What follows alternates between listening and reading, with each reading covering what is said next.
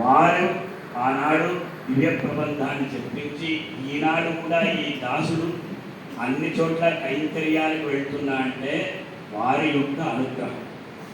వారు ఎవరి దగ్గర దివ్య ప్రబంధం నేర్చుకున్నారంటే మన పరకాల స్వామి వారి యొక్క తండ్రి అయినటువంటి స్వామివారి దగ్గర నేర్చుకున్నారు, యామనాచార్య స్వామి వారి దగ్గర నేర్చుకున్నారు. ఆ సంబంధం కూడా అందులో మొట్టమొదటి పాసురంలో అంటే ఎవరికి అర్థం కాదు. స్వామివారు నల్లా చక్రవర్తి స్వామివారు వాస్తవంగా చూస్తే నామూలం లిఖితైకించితే నానపేక్షను ముచ్చతే అంటారండి. ఇప్పుడు వ్యాఖ్యానాలు వస్తూ ఉన్నాయి, ఏదో ఒక వాళ్ళకి తోచినట్టు రాస్తూ ఉన్నాయి. అలా కాకుండా అందరికీ ఉపయోగపడే రీతిలో మనం రాయాలి అనుకోకూడదు. అందరికీ ఉపయోగపడాలంటే అది అంటే పరంపర కొనసాగుతూ ఉండాలి. పెద్దవాళ్ళ పరివాచాలు ఉంటాయి, వాళ్ళ యొక్క వ్యాఖ్యానాన్ని అనుసరించి అది ఇప్పుడు అంటే ఇప్పుడు కాల పరిస్థితికి అనుగుణంగా వ్యాఖ్యానం రాయాలి.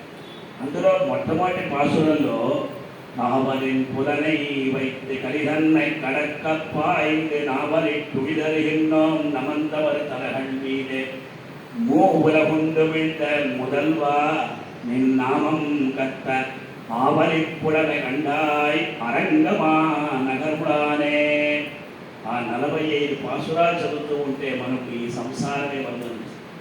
దానికి ఆచార్యుల వారు ఒక చక్కటి సరళమైనటువంటి వ్యాఖ్యానాన్ని అందించారు. అది చదువుతూ ఉంటే కళ్ళ నుండి నీళ్ళు వస్తుంది. అంటే నామ సంకీర్తన వైభవాన్ని తెలియజేస్తుంది ఈ ప్రబంధం. కావలిన్ పులనై వైతే ఇక్కడ ఉండేటువంటి పదానికి ఆచార్యుల వారు ఎంతో చక్కగా కావలిన్ పులనై వైతే అన్నప్పుడు కావలి శబ్దానికి కాపలా అని అర్థం. ఇక్కడ విశేషంగా పులన్ అన్నప్పుడు ఇంద్రియం, ఆ ఇంద్రియాల్ని కావలిలో పెట్టుకుని అంటే ఇంద్రియ నిగ్రహం గావించుకుని ఒక అర్థం. రెండవ అర్థం ఆ ఇంద్రియాల్ని కాపలా లేకుండా స్వేచ్ఛగా వదిలివేసినా కూడా. రెండు అర్థాల్ని ఇక్కడ తెలియజేస్తూ అది ఎట్లయ్యా, ఎవరికైతే ఇంద్రియ నిగ్రహం ఉంటుందో అతడే కదా భగవంతుడి అనుగ్రహానికి పాత్రుడవుతాడు.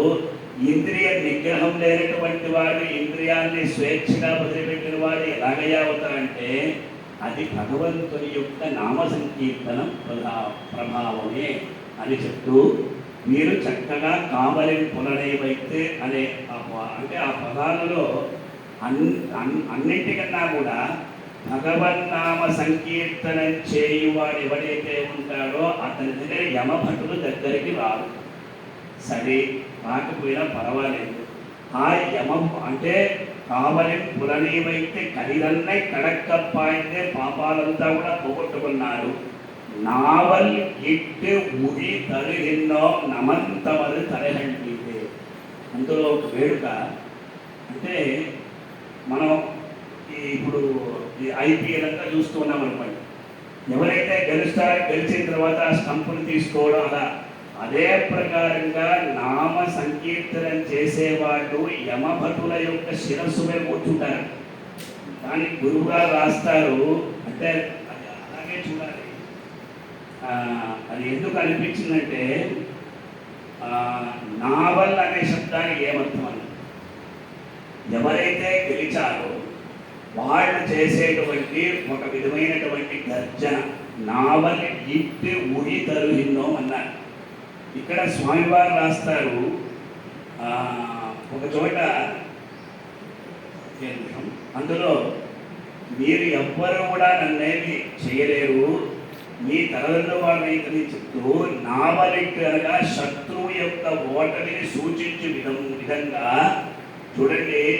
పండితులకి ఏం తెలుసు అని అనుకోకూడదు. పండితులకి లౌకికము తెలుసు, వైదికము తెలుసు. వాళ్ళు ఎప్పుడు కూడా పాండిత్యం నిర్విద్య బాల్యేన తిష్టాసిన రీతిగా ఉంటారు. మన ఊరికే ప్యాంట్ షర్ట్ వేసుకునే నేను ఐటీలో అది కాదు. స్వామి రాస్తారు, నేను ఆ వ్యాఖ్యానాన్ని చదువునా ఎవ్వరు కూడా ఊహించలేదు. అందులో శత్రువు యొక్క ఓటమిని సూచించే విధంగా అవుట్ అవుట్ అని సగర్వంగా గొంతెత్తి గేలి చేయుగా అని నల్లా చక్రవర్తి స్వామి అవుట్ అవుట్ అని గొంతెత్తి గేలి చేయడం.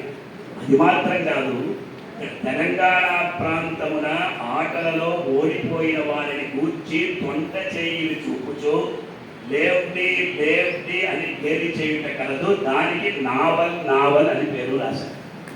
ఈ లేవ్డి శబ్దం నాకు తెలియదు, అవుట్ శబ్దం నాకు తెలుసు. ఆ ప్రకారంగా ఎంత ఒక హృదయ